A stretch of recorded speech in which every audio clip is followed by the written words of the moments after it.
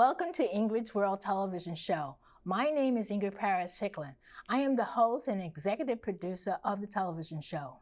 John S. Butler is the fire chief for Fairfax County, Virginia Fire and Rescue Department. He formerly served as the fire chief for Maryland Howard County Department of Fire and Rescue. He holds a bachelor's degree from the University of Baltimore, a master's degree from Johns Hopkins University, and certificates from Harvard University, the National Fire Academy Executive Fire Officers Program, and the Fire Service Executive Development Institute. He is a retired U.S. Marine with 20 years of active and reserve service, including 2 combat tours.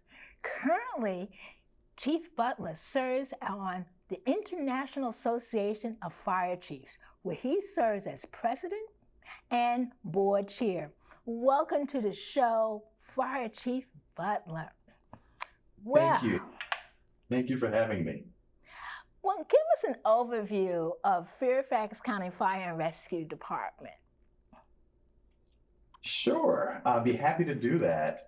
We're a combination fire and rescue department, which what that means is we have a workforce, a career paid compensated workforce of professionals, and we also have a cadre of volunteer professionals in this all hazards department.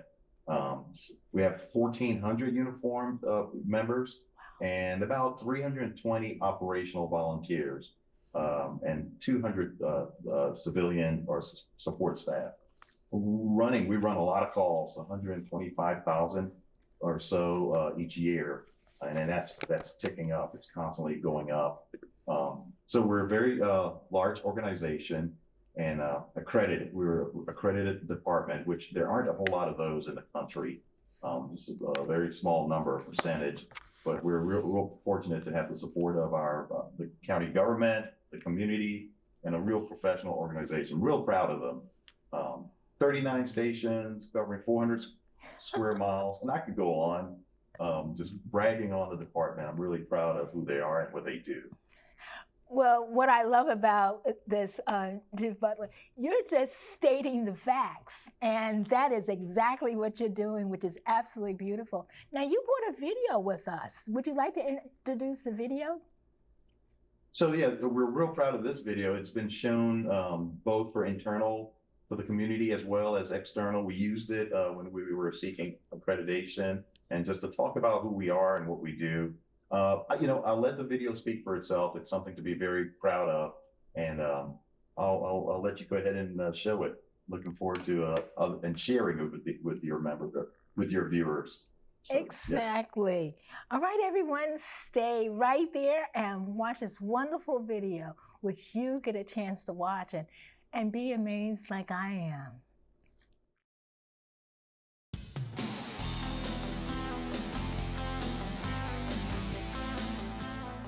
Welcome to the Fairfax County Fire and Rescue Department, located in Fairfax, Virginia, west of Washington, D.C., home to diverse communities in urban, suburban, and rural settings.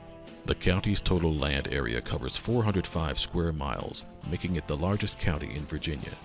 It has a diverse population of over 1 million that speak over 130 different languages. The department's response area covers a large variety of unique landmarks and target hazards, including Fairfax County Government and Public Safety Headquarters, numerous government agencies, military bases, commercial and industrial centers, traditional and high-rise buildings, metro and heavy rail lines, and the 10th largest school district in the nation. The county has 3 incorporated towns, Clifton, Herndon, and Vienna, located within Fairfax County borders that receive services from the Fire and Rescue Department. Major commuter thoroughfares include sections of the Capitol Beltway and Interstate 66, Fairfax County Parkway, and Interstate 395. Fairfax County traffic experiences significant congestion in the region. 2 major roadways, I-395, I-95, and I-66, move traffic into and out of Washington north-south and east-west across the county. The Capitol Beltway, I-495, connects both these major roadways with Maryland on 2 borders. The Fairfax County Fire and Rescue Department is a combined career and volunteer, fast-paced, all-hazards department that serves Fairfax County and its residents by suppressing fires, providing advanced life support, pre-hospital emergency medical care, rescue operations, and emergency planning. Additionally, the Fairfax County Fire and Rescue Department provides special operations services, including hazardous materials response, technical rescues such as swift water rescues, building or trench collapses, high angle or rope rescues, and marine operations. The department is sectioned into 3 bureaus: the Office of the Fire Chief, Operations Bureau, and Administrative Services Bureau. The Fairfax County Fire and Rescue Department employs over 1,400 uniformed personnel, 180 civilian staff, and 350 volunteers. The Fairfax County Fire and Rescue Department is comprised of 39 fire stations organized into 8 battalions. Fire stations are staffed full-time by county personnel, with supplemental services provided by volunteers. Field personnel are divided into 3 shifts that provide services 24 hours a day, 365 days a year. Well, the video is absolutely wonderful because it really gives you a breath of what you do, and it's so important. So the community, the fire department, fire and rescue department serves, what's the population in Fairfax County? Our population right now is close to 1.2 million. Yeah, it's about 1,185,000, but just kind of round it up. For our elevator speech, I always say 1.2 million. Wow. And yeah. Housing units and acreage, huge number of people and land there. Any other statistics that you want to share with us? Our median household income is good. It's good. It's 140,000. And the median house value is about 690,000. Wow. You hear a little pause in my voice because those are great numbers, and we should be proud of that. We should be extremely proud. We should also be aware that there are those who could use some help or are not as fortunate and not housing stable or secure or food secure. So sometimes when I hear that Fairfax County is an affluent county, while that's something to be proud of, and it's got some truth to it, we also have communities that wouldn't fall in that category of being affluent or great homes that cost $690,000+. So just being aware, and that's where our One Fairfax motto and our intention and drive to make sure One Fairfax addresses equity and services to all, from the supportive housing to everything else we do. Everyone doesn't have it like their neighbor, if you will. Right. And we just have to be there for them. Yes. And I think it's having that, because we're going to show our viewers how your wonderful department addresses that, from coats to backpacks to toys. We're going to dive a little bit into that, how you make a difference. Tell us about some of the complex services that the department offers. Okay, yeah, I'm happy to do that. I already talked about how many calls we run, well over 125,000. Wow. But we also do a number of things that are, you expect fire departments to put out fires, and we do that, relatively well. We're proud to be able to be fast, safe, responsive, and also to medical calls. Bringing with that ability to get to the emergency safely and doing the work is also bringing compassion and caring for those that we have to, our neighbors who we have to provide care for. But then there are some other complex incidents, from technical rescue to hazardous material, even some EMS incidents that are not the bread and butter. I'm giving an example. I know it didn't happen here, thank goodness, but if you look at the bridge collapse in Maryland, up in Baltimore, and the Key Bridge, the Francis Scott Key Bridge, first responders were the fire department and police departments. Right. They had no bridge training. They didn't have any specific training per se on bridge collapses, but they knew how to manage emergency incidents, emergency management, on how to make the area safe and how to have some time, distance, and shielding, and just doing the things to control the actions that will come from a long process. So that's an example of a complex exercise that we don't train for specifics. In some ways we do, but you can't say, okay, let's train on when a major bridge falls. So you have to just have those principles, because anything could happen. It kind of goes with hazardous material. The tens of thousands of miles of roadways we have in the region. A lot of things can happen out there, and sometimes hazardous materials happen where we have to mitigate them and make the environment safe. And I just used the word environment. We also need to make sure that runoff and how to capture those hazardous materials so it doesn't get in the waterway. And we're also great advocates and custodians of our planet. So it's not, and that goes for everything from putting water on fires, putting foam on fires, to stopping hazardous materials. Well, we have to be just as aware and sensitive to the environment. Regardless of what you think or how you feel about climate change is real. Environmental impact is real. There's an increase in flooding. Extreme weather is a real thing. Recently, we had tornadoes in Maryland, potential wildfires. They're happening everywhere. And we often talk about the wildland urban interface, the WUI, wildland urban interface.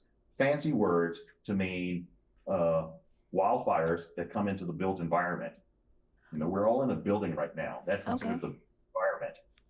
So wildfires make embers, the wind moves them. Sometimes, brush fire out there in the Shenandoahs or somewhere far in the forest, they do impact homes and communities. Wow. We saw what happened in Lahaina, Maui, when an entire town burned from a wind-driven fire. So these things are not just what you see on TV. They happen, and they happen in the East Coast, West Coast, North, South. We also have some emerging technologies that can bring some opportunities and challenges. We all have lithium-ion batteries and energy-efficient things. Micro-mobility, scooters, e-scooters, or devices that are using more and more batteries. Well, sometimes these batteries don't operate the way they're intended, or the user overcharges or undercharges, or there's shortages, and these things create some fire conditions. In many communities, especially New York City right now, some of these micro-mobility devices, you can't leave your scooter on the streets. So you bring it upstairs to your apartment, and you plug it into the charger, and it's in the hallway that leads to the door that leads to the outside. So your e-scooter is being charged, and then when there's a fire, it's in the way of you getting out. So New York City has seen some of those things. I'll stop there to give you an opportunity if you had some other questions, but that is just some of the complex and emerging hazards that we're seeing, both, like I said, hazmat, technical rescue, wildfires, lithium-ion battery fires. Wow. These are all things that are happening in the modern communities of the U.S. And I just love you giving us a snapshot of what's going on now, because batteries and overcharging, that's a real deal for us here. So let's talk about urban search and rescue that you do, not only nationally, but also the world. Yes.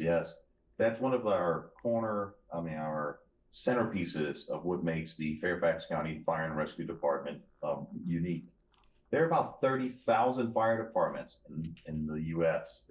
Only 2 of them are designated as international teams. Now, what an international team is, the Virginia Task Force 1 and LA County Task Force 1, California Task Force 1, when they're deployed internationally, they become known as USA 1 and USA 2.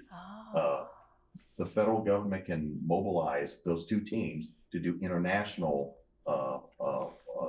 technical rescue and technical response to other rescue USAR teams. Most recent, the teams were in Turkey, when there was a major earthquake. We were there for quite some time. So every incident has a potential to turn even more complex. we've had well over 170 missions since the team was formed. The first deployment was in 1988 to Armenia. That even predates the FEMA USAR system. The FEMA USAR system has 28 teams, and Fairfax County Fire and Rescue and the Virginia Task Force One has been something that the world knows. I was recently in Europe to speak at a European Union conference, and I got up and I said, "I'm the president of the IFC, and by the way, I'm the fire chief in Fairfax County." And in my brain, I'm thinking, "Man, I gotta know Fairfax County from a county in the middle of America." Well, everyone in that room knew Fairfax County. I kind of underestimated our prominence, our recognition. Everyone had a story. Like I remember when Fairfax County came to Mexico to help, and my grandfather still talks about it, or Armenia, or when the embassies were bombed, or the Alfred Murrah building, or the Pentagon. We've been in a lot of places, over the years since 1986 when we first deployed for the Mexican earthquake. Very proud team with over 220 members. And can be self-sufficient. We bring all our own stuff for up to 14 days, usually for 14 days, but can be up to 30 days. We can do a number of things and a number of assets, from doctors, structural engineers, some K9s, and our K9 program is something to be to brag on. Our K9 partners are really good professionals as well. And a lot of disciplines, like I said, swift water, K9, hazmat, rescue, communication specialists, and we're all over the world doing good stuff. I mean, it's amazing, and you're doing wonderful work. I want to touch on one thing. You talked about accreditation, which I just love that. And then the ISO 1 rating. Tell us, what does that mean? Yeah, so ISO rating talks about a number of elements are brought in a formula to give a rating. Your ability to train, your ability to document the training, your staffing levels, and what how many members you have and who can respond to, and that goes for ISO rating or accreditation. Wow. What can you do, and how well do you do it, and how consistently can you do it? Wow. From can you bring water to the fire in tankers, or do you need to use hydrants? What's the conditions of hydrants? What's the condition of tankers? What is the spread of equipment across the county? Can you run concurrent calls? At least concurrent calls, or a lot of questions are brought into it, and a lot of work is done before the ISO or the accreditation team gets here to assist. It takes sometimes a couple of years to put all that work together. Wow. When it comes to accreditation, there are 250 performance indicators. You have to hit the mark 250 things to get that accreditation. And we were just reaccredited, which I'm really proud of. I think it was last year. We won't need to be reaccredited again until 2028. Wow. Congratulations. Thank you. We do have to submit an annual compliance report between the year you're accredited and the year you're supposed to be reaccredited. And that's great. It's pretty much progress report, or as it says, it's annual compliance report. Have you done the things you said you're going to do or are doing? And so real proud of the work of this team. This is a great department. I know I am overly biased to say this is the best fire department in America. Oh, I love it. I won't take that back. I'm unapologetic. And I'm glad you don't. Thank you. I get to look around the fire service. As the president of the IFC, I do a lot of travel, and I visit a lot of fire departments as part of the hat I wear as the president of the IFC. So So yeah, I am biased, but I also have some ability to compare what's happening here and the resources we have and the professional standards we have with what's going on out there in the world. And I'm glad you touched on that, because about the International Association of Fire Chiefs, because that's so important, the work that you're doing there. Any other work that you would like to, that you actually touched to there? What's happening that I want us to continue working on as a service, as a fire service, is labor management alliances. It's self-explanatory. The words say what it is. You know, how we're getting along. You know, Right. the labor side versus the management side. You know, we have to work together for the common good and work for the community and the responders. You know, it's not, well, I'm management and you're labor. I have this thought and you have that thought and we don't agree. We owe it to the community and we owe it to the elected officials and we owe it to our departments to get along, not agree with each other on everything, but be respectful and work for the common good. And that's taking care of our responders. So that you can tell that's a big platform of mine, Labor Management Alliance, health and wellness, behavioral health and wellness, well-being of our responders. The number 1 and 2 killers of firefighters isn't burning in a fire, although that happens and it's unfortunate that happens, but it's cancer and cardiac. So our wellness programs should be looking after firefighters, you know, cancer, cardiac, you know, we still have some mental health areas to improve on, suicide prevention, you know, and obviously personal protective equipment, making sure that their personal protective equipment isn't causing us any cancer or if it's enough of an ensemble of a suit of the equipment and our breathing apparatus to keep us safe. Wow. Today's technology and communications.